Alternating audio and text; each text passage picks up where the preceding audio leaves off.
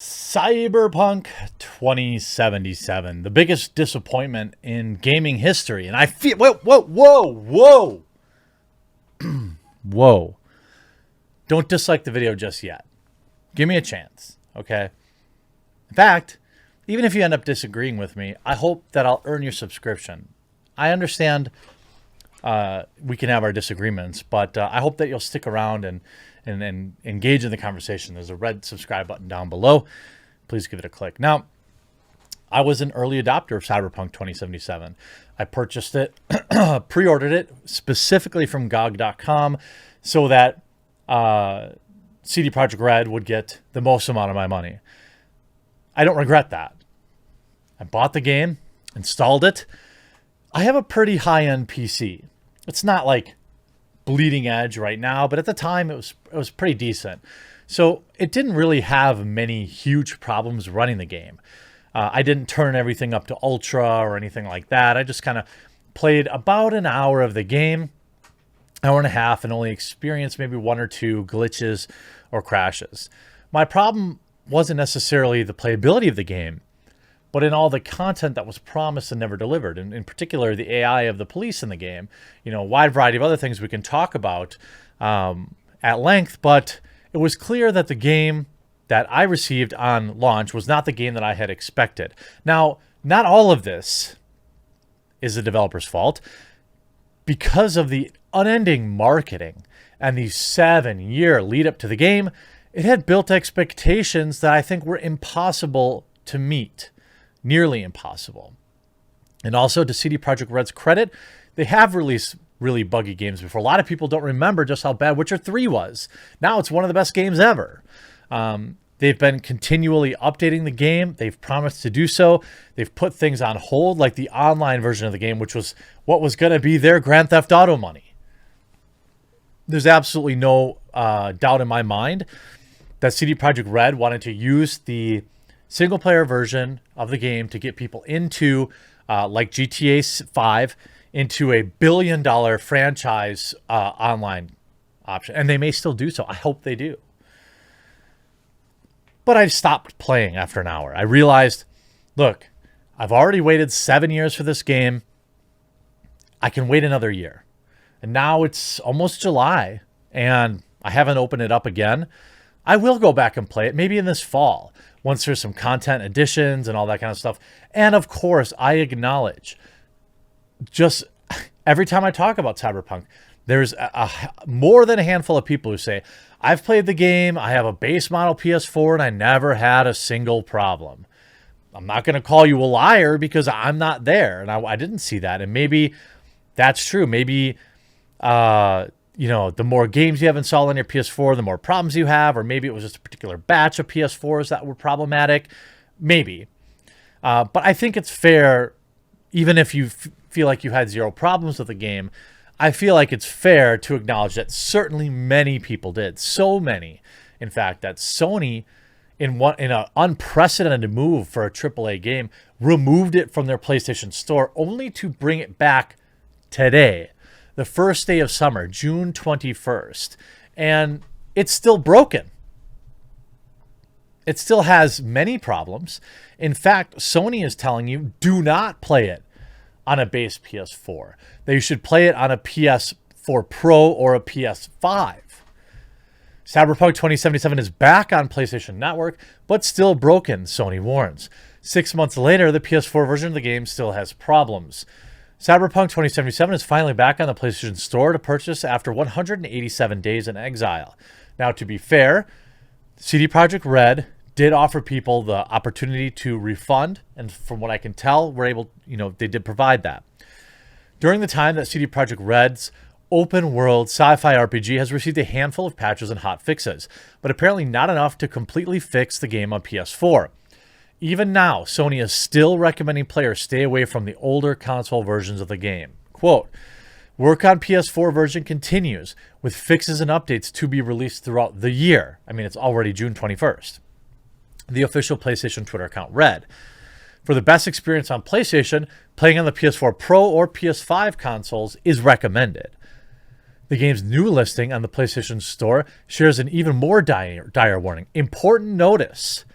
Users continue to experience performance issues with the game. It reads, purchase for the PS4 systems is not recommended. It's right on the purchase page. Cyberpunk 2077 was originally pulled from the PlayStation Store only a week after it launched, following a wave of complaints about bad graphics, poor performance, and frequent bugs.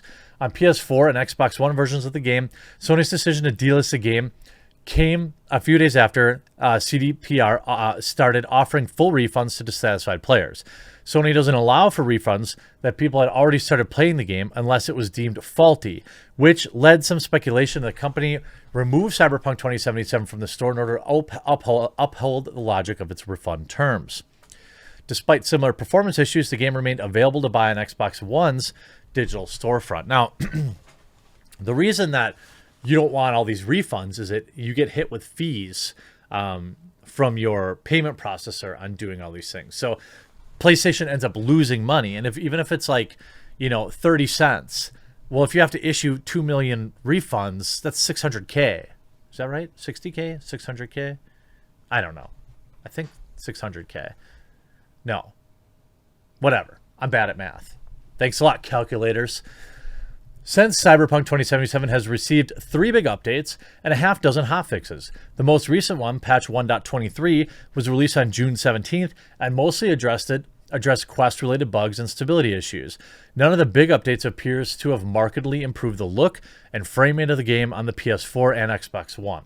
However, Cyberpunk 2077's second major patch in April, Digital Foundry reported the game was running noticeably better on the PS4 Pro, but still lagged behind on older consoles. In terms of the vanilla PS4 and Xbox One, these ran consistently poorly with patch 1.1, while the new patch does make some scenes play out a little better at 2 FPS to 3 FPS advantage, makes little odds when you're still so far away from the 30 FPS target. Brutal. I just feel so bad for, the CD Projekt Red fandom. For me, it was I'd never pre-order games. I still pre-ordered Cyberpunk 2077. And look, I hear you. If the game ran fine for you, I get it. I guess maybe for me, my expectations were extraordinarily high due to the nonstop marketing. And there are other things that people have criticized this game for, like voiceover work. There's plenty of reasonable criticisms about Keanu Reeves' voiceover work in this game. Love Keanu.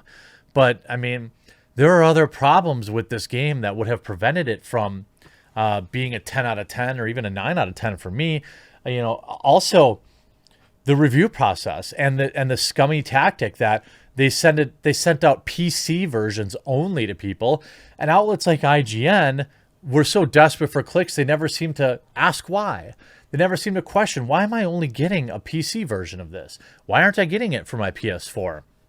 But they were fine, making their millions of dollars off ad revenue, talking about how amazing Cyberpunk 2077 was. Even Yang Ya, for example, a video game reviewer that I used to trust, gave the game nearly perfect marks, talking about how it was the most amazing thing he'd ever seen in his life. I don't believe that. People that were given review copies cost themselves a lot of credibility. They cost consumers a lot of money, and it's unfortunate. Will Cyberpunk 2077 eventually be a great game? I am confident that it will be. The question is, will anybody care anymore?